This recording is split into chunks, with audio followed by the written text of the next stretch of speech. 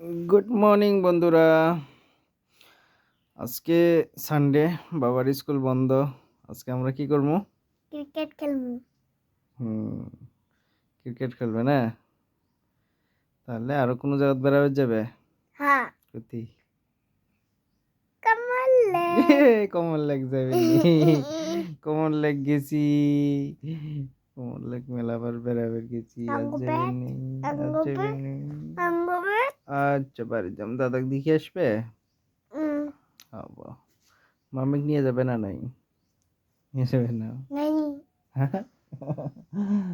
ও